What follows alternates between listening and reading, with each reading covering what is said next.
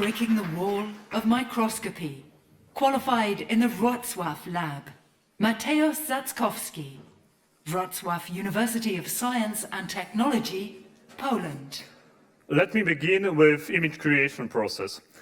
Image needs only three things to occur. Object, which is emitting the light itself, which is carrying the information like a postman, and finally the detector.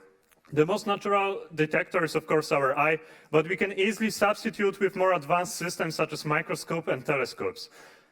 All of them are called classical systems. Unfortunately, the resolution of such systems is limited, mainly because of diffraction.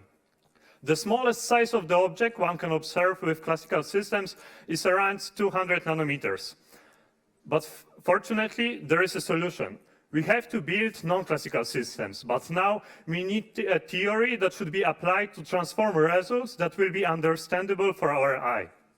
And there are plenty of examples of such systems, but each of them has some disadvantages. For instance, atomic force microscope needs laboratory condition to work in. Near-field scanning optical microscope uses scanning probe. The distance between the probe and the sample should be around 5 nanometers. So we believe that in this field there is still a wall that should be fall down. That's why we propose a system called optical vortex scanning microscope. But first, let's move to wave parameters. Phase is one of the main wave parameters. So optical vortex, because here the phase is twisted like a corkscrew. If we will take the cross-section of the beam and look at the phase distribution, we can easily mark the point in the center when the first phase is undetermined. It means that at the same time, the phase possesses every value and no value. Our system is innovative because we change the structure of microscope beam illumination. We measure the position of nothing inside the beam, and we are retrieving the information of the shape of the object from this position. The most important element in our system is Vortex Plate. This plate introduces vortex into the sample, and it allows us to move the vortex inside the beam by shifting this plate. We put our object at observation plane, we scan it, from every position we obtain the position of the vortex, and as the result we obtain vortex trajectory.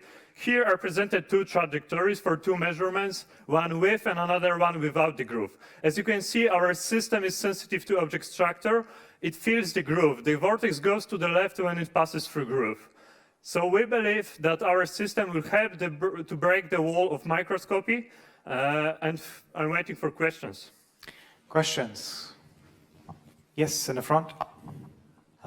Regarding the next steps in your research, what are your biggest challenges right now? The biggest challenge is to apply this theory, because you can see that actually the trajectory is not the shape of the object. We have to apply theory to transform this trajectory to the shape of the object, and that's our final goal, and we are working on that. Yes, final question, quick.